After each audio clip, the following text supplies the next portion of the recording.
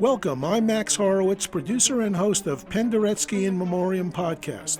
This podcast is created by Anna Perzanowska and presented by Polish Cultural Institute, New York. Penderecki in Memoriam Podcast unveils a multifaceted portrait of Krzysztof Penderecki with commentary from musicians, colleagues, radio programmers, and writers who lend insight and memories of Poland's greatest modern composer. This podcast is part of Penderecki in Memoriam Worldwide project honoring the life and legacy of the great composer. Thank you to project partners Dukes, NAXOS, Ludwig van Beethoven Association, and Schott EAM for sharing Krzysztof Penderecki's music with the world. We appreciate you joining us in honoring and celebrating Penderecki's life and legacy. Internationally acclaimed and six-time Grammy Award-winning conductor Leonard Slatkin is Music Director Laureate of the Detroit Symphony, Honorary Musical Director of the Orchestre National de Lyon, and Conductor Laureate of the St. Louis Symphony. Maestro Slatkin also maintains a rigorous schedule of guest conducting throughout the world and is an active composer, author, and educator. A recipient of the National Medal of Arts, Gold Baton Award, and the ASCAP Deems Taylor Award, among many others, Maestro Slatkin, who also holds the rank of Chevalier in the French Legion of Honor, was an esteemed colleague and friend of Krzysztof Penderecki. Maestro Slatkin is here with us to discuss the great composer. Hi, Leonard. Thank you for joining us for the podcast. My pleasure. Thank you.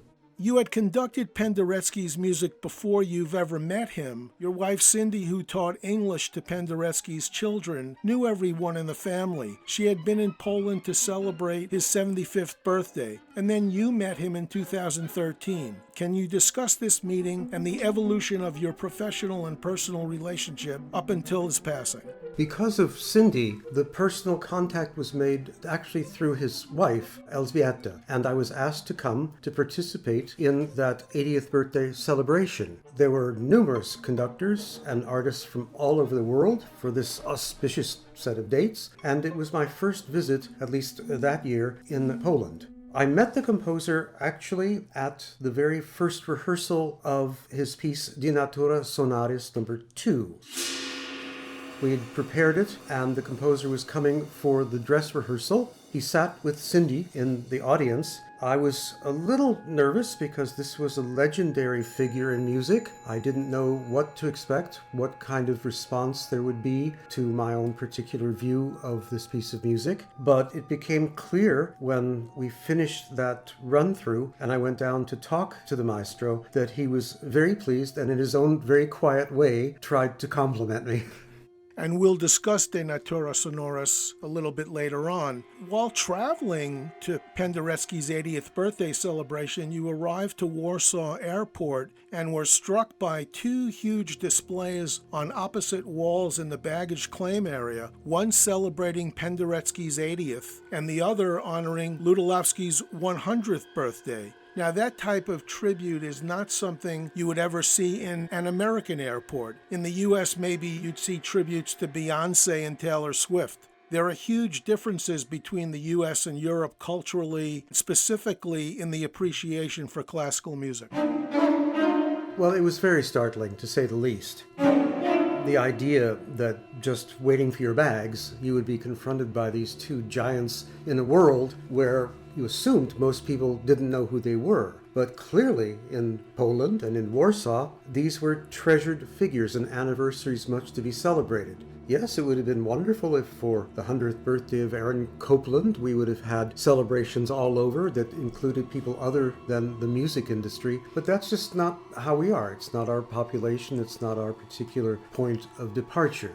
On the other hand, though, Poland takes pride in its artistic creators as well as its leaders in science, in education, its politicians. They embrace the whole society. And that was an amazing moment to realize that not only did musicians have the opportunity to feel proud of their profession, but people who had no idea who these composers were being exposed to them and perhaps piqued their curiosity. The 2013 festival was full of old friends, including Charles Dutoit, Anna-Sophie Mutter, Valery Gergiev, Julian Racklin, among others.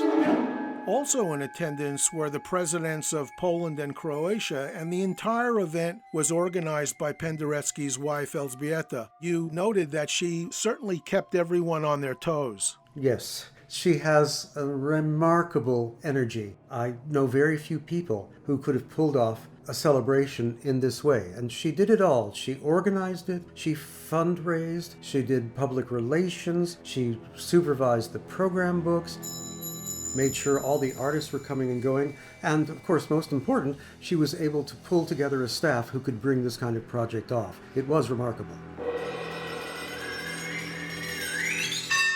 All in all, there was some great music, great conversations during the festival, and you were quite taken with concerts featuring the Sinfonietta No. 3 as well as the Kaddish. What are your reflections of those performances? I think context is everything here. And as a person who knew and performed his works early on in my own career, back in the late 60s and early 70s, watching this journey of this composer, how he developed his own particular language, which back then was considered avant-garde and something in complete defiance of the political system in Poland, and then turned into a composer who embraced the more romantic aspects of music, turning his back pretty much on his experimental years. Much of this music that I heard at the festival, I was encountering for the first time. They tend to be sprawling works. They take their time to unfold to the listener as well as the performer. The works that embody, say, the last 30 years or so, unfold at their own pace.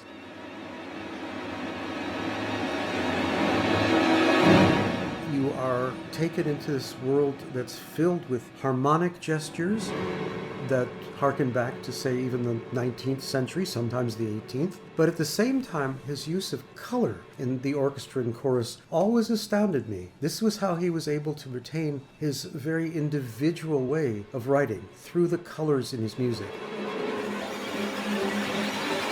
And that's what struck me in encountering most of these pieces for the first time.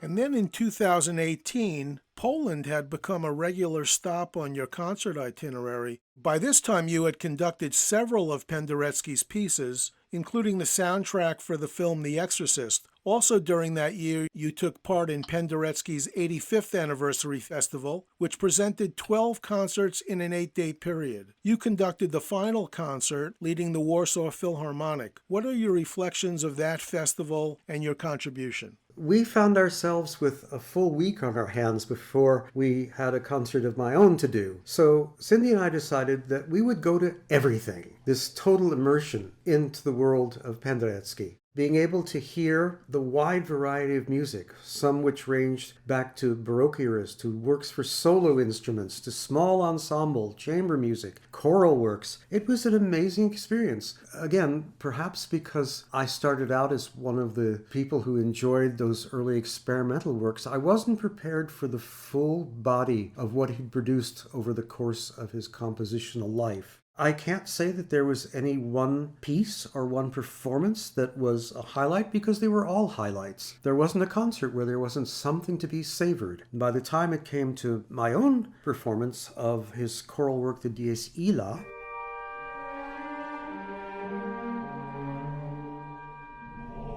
I was able to place it alongside almost all those other works that we'd heard during the week, as well as others that I'd conducted and learned over the course of the years, including those from the 80th birthday. I was given the opportunity, actually, of choosing one of the three pieces that was presented on the last program. One of them was his second violin concerto. Another was the concerto for 3 cellos and orchestra. And there was this choral work. And I chose the choral work because I thought this was more a reflection of the composer today.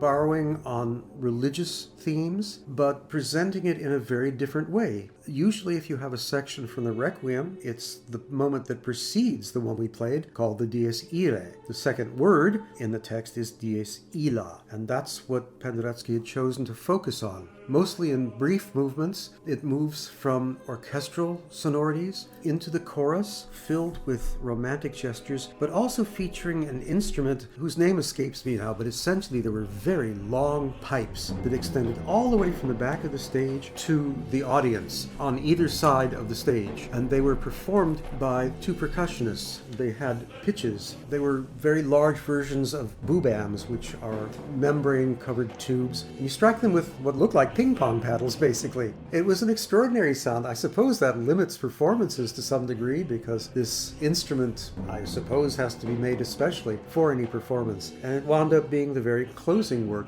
on the festival, and I think very appropriate for that program. Again, like the celebration 5 years earlier, it was moving, but now that I'd gotten to know him and visited with him, even in times when I wasn't conducting his music, there was something very special about presenting the music to the composer himself. Kind of like a birthday tribute, but one in which the composer already knows what the present is.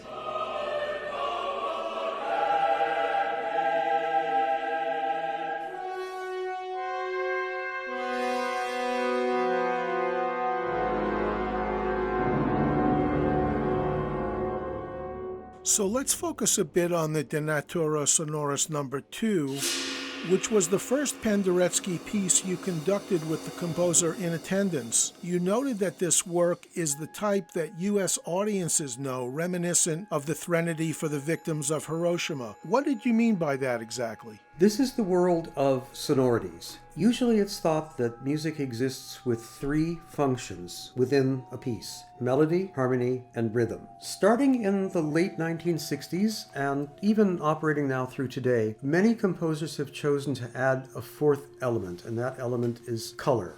color is produced without the means of melody, harmony, and rhythm, although they are contained within those. You can't say that a work by Bach or Beethoven or Schumann or Mahler doesn't have color. Of course it does. But they also imbue themselves with those other three qualities. Penderecki, alongside a couple of other composers of the late 60s and early 70s, were exploring how to isolate that idea. Can sound be existing just for the sake of sound itself? And the answer in Penderecki's case, of course, was yes. The Threnody is the piece that most people knew and was played quite frequently throughout the world, still is. This introduced us to the idea that the strings, and the strings alone, had a much broader palette of sounds than was initially thought. But it also introduced us to something that became very important, this idea of taking rhythm away. In all of Penderecki's pieces from this period, there are times in the works where the beat is non-existent. The players are asked virtually to improvise within a given amount of time, and often that time isn't specified. This was one of the first things that I asked Penderecki about when we first met each other. How am I supposed to know when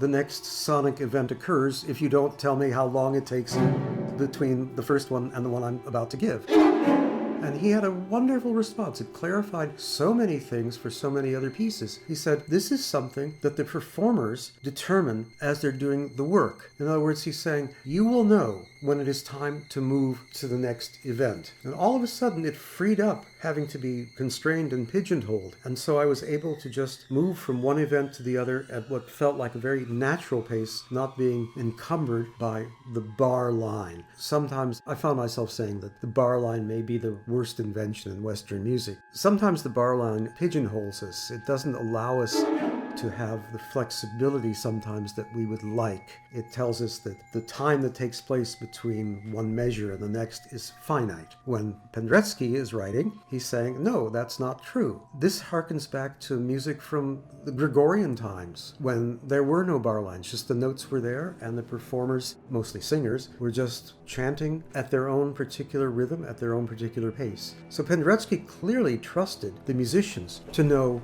what was right, when things should happen. And Di Terra Sonoris is a piece which does have meters in it, but within those meters, there is no set rhythm. Everything sounds free, almost disorganized in places, and that's the nature of what he's trying to do. He wrote 3 works that are called this. They reflect the relative sound of nature itself, looking to philosophy perhaps. Some of the sounds are aggressive. In the second one, there are lots of emphasis on low sounds, but also some unusual ones. A metal pipe is struck very hard several times.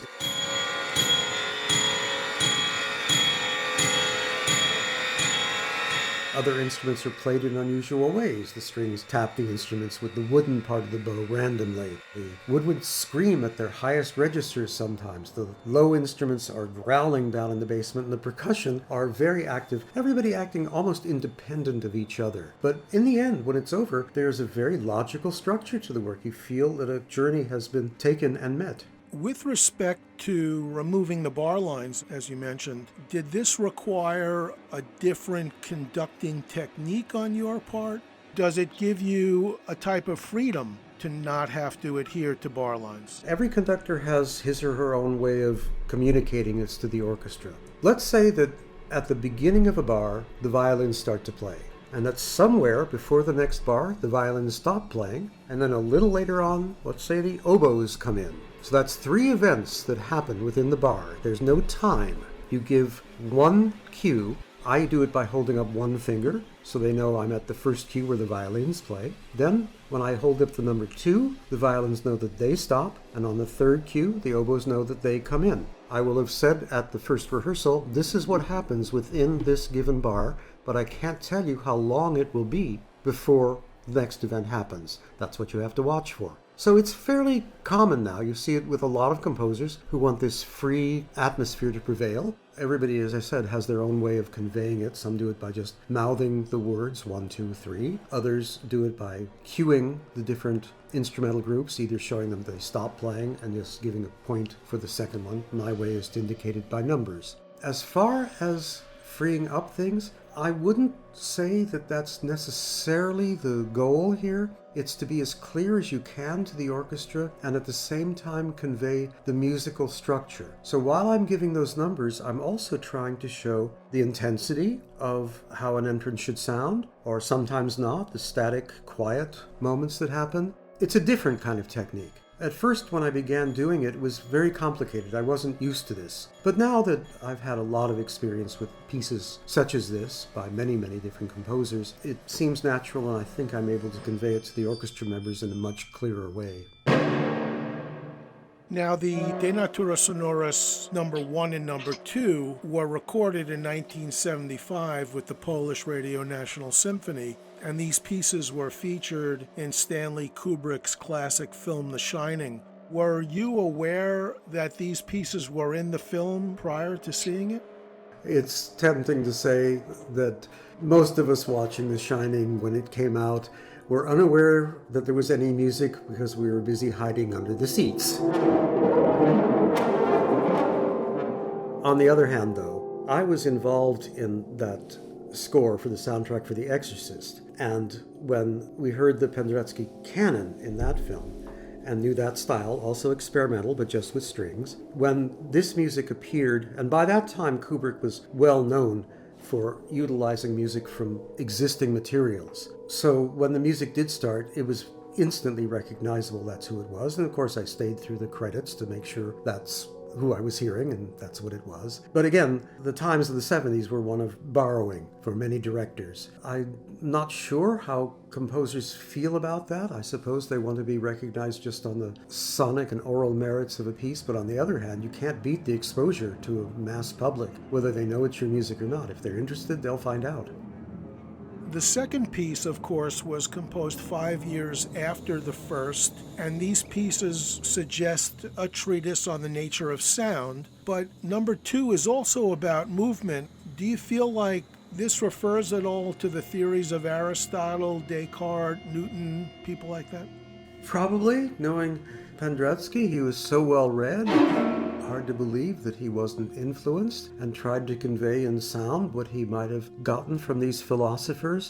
But ultimately, a piece of music has to stand on its musical merit. There are very few works that have titles where you are required or even need to have any knowledge of the work that inspired it. One of the best examples would be Richard Strauss's Also sprach Zarathustra. You do not have to have read one word of Nietzsche to understand this piece. And I think it's the same with Penderecki. Remember, the Threnody was just that. It did not have the subtitle To the Victims of Hiroshima. It was just a string piece. By putting the title in, it gave the listener a frame of reference and was something they could think about. So that last final groan in the strings, that crunching sound, a lot of people thought was the mushroom cloud emerging from the bomb itself.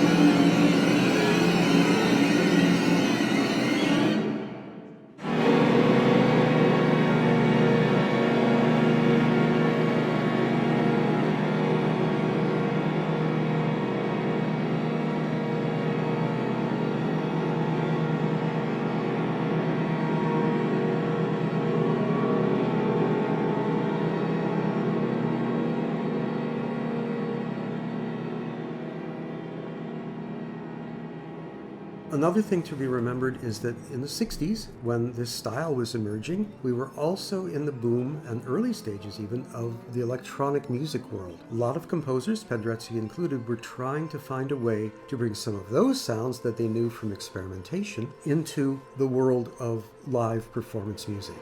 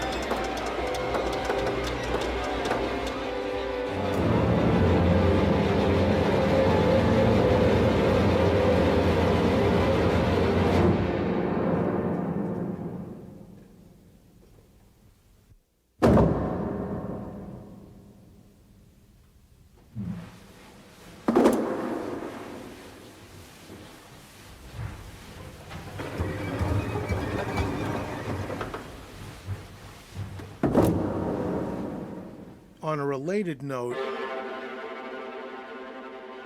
when you listen to the various recordings over time, they're notably different.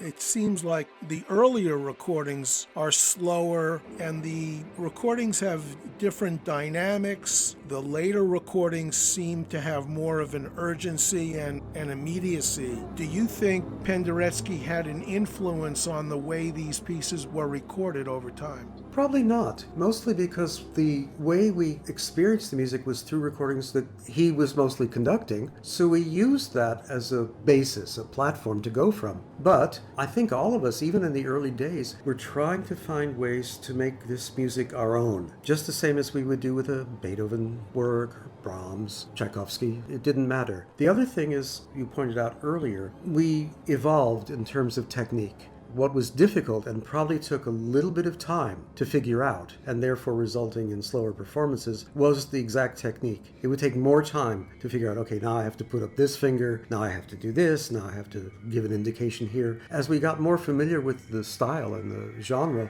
this became second nature, and hence I think things moved along, and we could just approach it as a musical work rather than a technical exercise.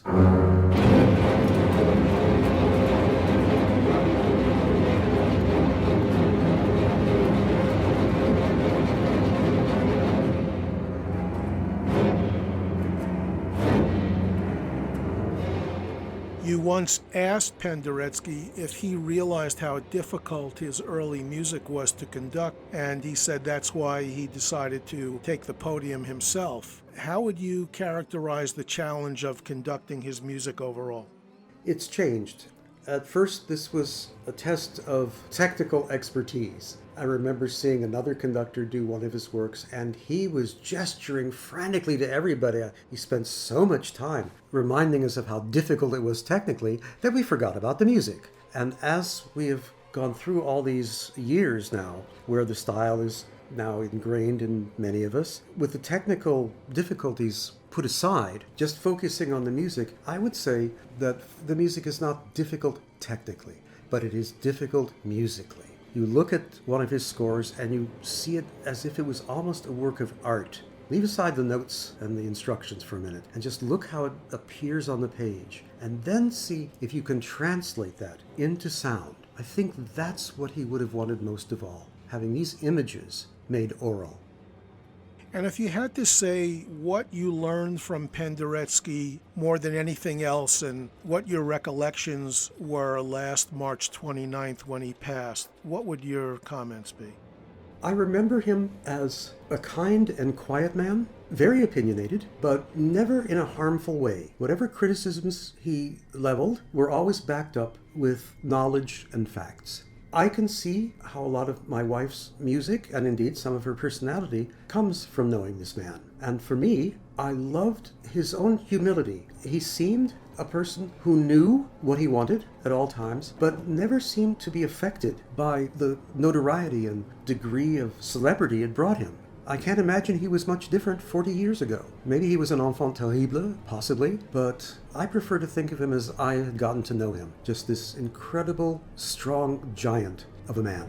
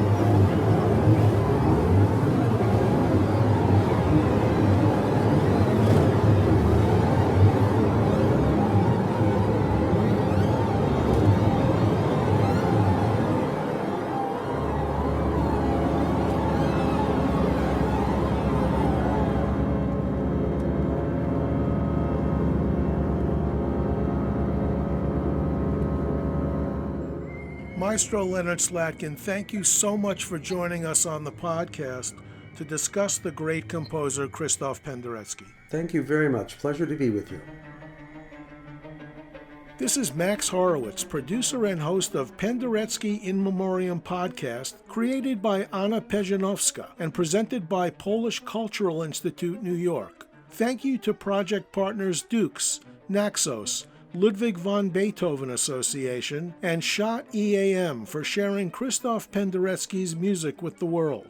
We appreciate you joining us in honoring and celebrating Penderecki's life and legacy. Make sure to subscribe.